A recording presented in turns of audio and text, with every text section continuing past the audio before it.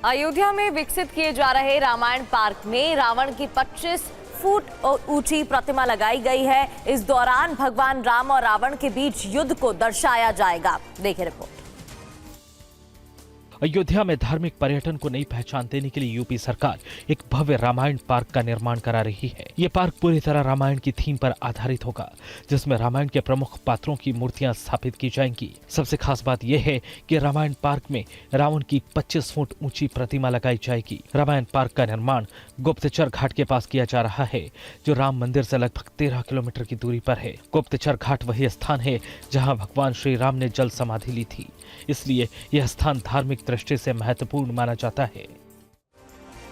भारतीय वायुसेना के 93वीं वर्षगांठ के मौके पर असम के गुवाहाटी में एयर शो का आयोजन किया गया, जहां पर वायु वीरों ने अपना दमखम दिखाया। ये तस्वीरें भारतीय वायुसेना के पूर्वी कमान के सबसे बड़े एयर शो की है। गुवाहाटी का आसमान किसी त्योहार की तरह सजा है और वायुसेना के एयर वॉरियर्स अपना दमखम दिखा रहे हैं। इस एयर शो में सुखोई, राफेल और मिराज जैसे लड़ाकू विमानों ने देशभक्ति से भरपूर करतब दिखाए। आसमान में तिरंगा और जनता का जोश देख गुवाहाटी गूंज उठा। इस साल वायुसेना दिवस की थीम अचूक, अभेद और सटीक है, जो भारतीय वायुसेना की परिचालन क्षमता, लचीलेपन और सटीकता पर ध्यान केंद्रित करने का प्रतीक है। यूपी के मथुरा से दिल दहलाने वाला मामला सामने आया है, जहां फुटपाथ पर चल रहे 2 बच्चों को एक बेकाबू कार ने टक्कर मार दी।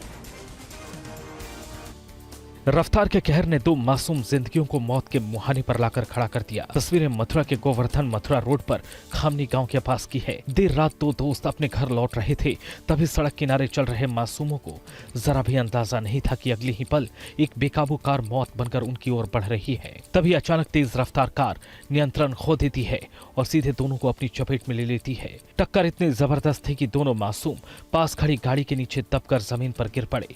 हादसे में घायल दोनों मासूमों को अस्पताल में भर्ती कराया गया है, जहां दोनों की हालत गंभीर बताई जा रही है। बिहार विधानसभा चुनाव प्रचार के दौरान बाहुबल भी खूब देखने को मिला है। ब्रह्मपुर से आरजेडी प्रत्याशी शंभू यादव का एक वीडियो वायरल हो रहा है, जिसमें वो बीजेपी समर्थक को धमकी देते हुए नजर आ रहे हैं। आप ये मत कहिए गोली देखे हैं। कौन गोली देखा है? कितना गोली देखा? कौन गोली देखा है? कौन गोली देखा है? पावर देखे हैं। किसका पावर? पावर कैसा होता है ये? बीजेपी समर्थक और बक्सर के ब्रह्मपुरा के आरजेडी विधायक शंभू यादव के बीच क्या हो रहा था आपने सुना। शंभू यादव गोली पावर दिखाने की बात कर रहे थे। दोनों के बीच काफी बहस हो रही थी। वायरल वीडियो के बारे में पता चला कि बीजेपी समर्थकों का आरजेडी विधायक के समर्थकों के साथ सोशल मीडिया पर विवाद हो गया था। इसी विवाद के बाद शंभू यादव विशुपुर गांव पहुंचे और बीजेपी के कार्यकर्ता से बहस करने लगे। लखनऊ में लाउडस्पीकर के खिलाफ अभियान चलाया गया। पुलिस ने कई धार्मिक स्थलों से लाउडस्पीकर जब्त भी किए। यूपी में एक बार फिर लाउडस्पीकर के खिलाफ अभियान शुरू हो गया है। लखनऊ में लाउडस्पीकर के नियमों की धज्जियां उड़ाने वाले संस्थानों के खिलाफ पुलिस ने अभियान चलाया है। भारी संख्या में पुलिस की तैनाती के बीच लाउडस्पीकर उतारे गए। दरअसल यूपी पुलिस के महानिदेशक के निर्देश के बाद शांति बनाए रखने के लिए अभियान शुरू किया गया है। अलग अलग जगहों से अवैध लाउडस्पीकर को हटाया जा रहा है। पुलिस को शिकायत मिली थी कि निर्धारित मानकों का राजधानी में उल्लंघन किया जा रहा है।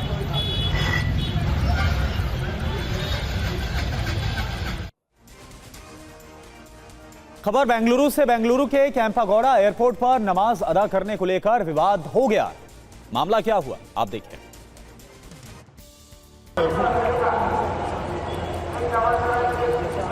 वीडियो में देख सकते हैं कि कुछ लोग कतार में खड़े हैं। बताया जा रहा है कि ये तस्वीरें कैंपेगौड़ा हवाई अड्डे की है। मुस्लिम समुदाय से जुड़े इन लोगों ने हवाई अड्डे के टर्मिनल 2 पर सामूहिक नमाज अदा की, जिसके बाद विवाद शुरू हो गया। लोगों ने हवाई अड्डे के सुरक्षा कर्मियों पर लापरवाही का आरोप लगाया है। कहा जा रहा है कि हवाई अड्डे के अंदर प्रार्थना कक्ष होने के बावजूद इन यात्रियों ने बाहर नमाज पढ़ी। दरअसल ये नमाज मक्का मदीना जाने वालों की मदद के लिए एयरपोर्ट पर आए लोगों ने अदा की। खबर भोपाल से है। भोपाल के टिकट मार्केट में भीषण आग लग गई और इसके बाद अफरा तफरी मच गई। धू धू कर जलती दुकानें, आसमान में काले धुएं का गुबार। ये तस्वीर भोपाल रेलवे स्टेशन के पास स्थित टिकट मार्केट परिसर की है, जहां अचानक भीषण आग लग गई। देखते ही देखते आग ने करीब 5 दुकानों को अपनी चपेट में ले लिया। मार्केट में आग लगने के बाद इलाके में अफरा तफरी मच गई। सूचना मिलते ही दमकल की 20 से 25 गाड़ियां मौके पर पहुंची और आग पर काबू पाने का प्रयास शुरू किया गया। जिन दुकानों में आग लगी वहां लकड़ी के सामान रखे हुए थे, जिसके कारण आग और तेजी से भड़क गई। फिलहाल राहत की बात यह है कि इस आग लगी में किसी तरह की जनहानि नहीं हुई। और महाराष्ट्र के पालघर में मुंबई अहमदाबाद हाईवे पर एक कार में आग लग गई और देखते ही देखते कार आग का गोला बन गई। देखिए रिपोर्ट। मुंबई अहमदाबाद हाईवे पर अचानक कार से धुआं उठने लगा और देखते ही देखते आग भड़क गई। बीच सड़क पर कार धू धू कर जलने लगी। आग की लपटों ने कार को पूरी तरह से अपनी चपेट में ले लिया। आग इतनी भयानक थी कि उस पर काबू पाना मुश्किल था। कार में सवार लोगों ने कूदकर अपनी जान बचाई। घटना की सूचना मिलते ही दमकल की गाड़ियां मौके पर पहुंची और आग पर काबू पाया गया। आग लगने के कारणों का फिलहाल पता नहीं चल सका है। रूप से शॉर्ट सर्किट की आशंका जताई जा रही है। खबर महाराष्ट्र के सांगली से है। महाराष्ट्र के सांगली में पारंपरिक बैलगाड़ी दौड़ का आयोजन किया गया और इसमें 2500 से ज्यादा जो बैलगाड़ियां हैं वो शामिल हुई। धूल उड़ाती हुई दौड़ रही बैलगाड़ियां और लोगों का हुजूम। ये तस्वीर महाराष्ट्र के सांगली की है, जहां पारंपरिक बैलगाड़ी दौड़ का आयोजन किया गया। बैलगाड़ियों की रेस की भव्यता का अंदाजा इसी बात से लगाया जा सकता है कि महाराष्ट्र के डिप्टी सीएम एकनाथ शिंदे भी इस आयोजन में शामिल हुए। सांगली के बोरगांव में 500 एकड़ का विशाल मैदान शोरगुल से गूंज रहा है। आयोजन की एक और खास बात ये भी रही कि यहाँ महिला सशक्तिकरण की एक झलक दिखी। यहाँ महिलाएं भी पूरे जोश के साथ अपनी बैलगाड़ियों को दौड़ाती नजर आ रही हैं। विजेताओं के लिए फॉर्च्यूनर कार, महिंद्रा थार, कई ट्रैक्टर, बुलेट और 150 से अधिक मोटरसाइकिलें रखी गई हैं।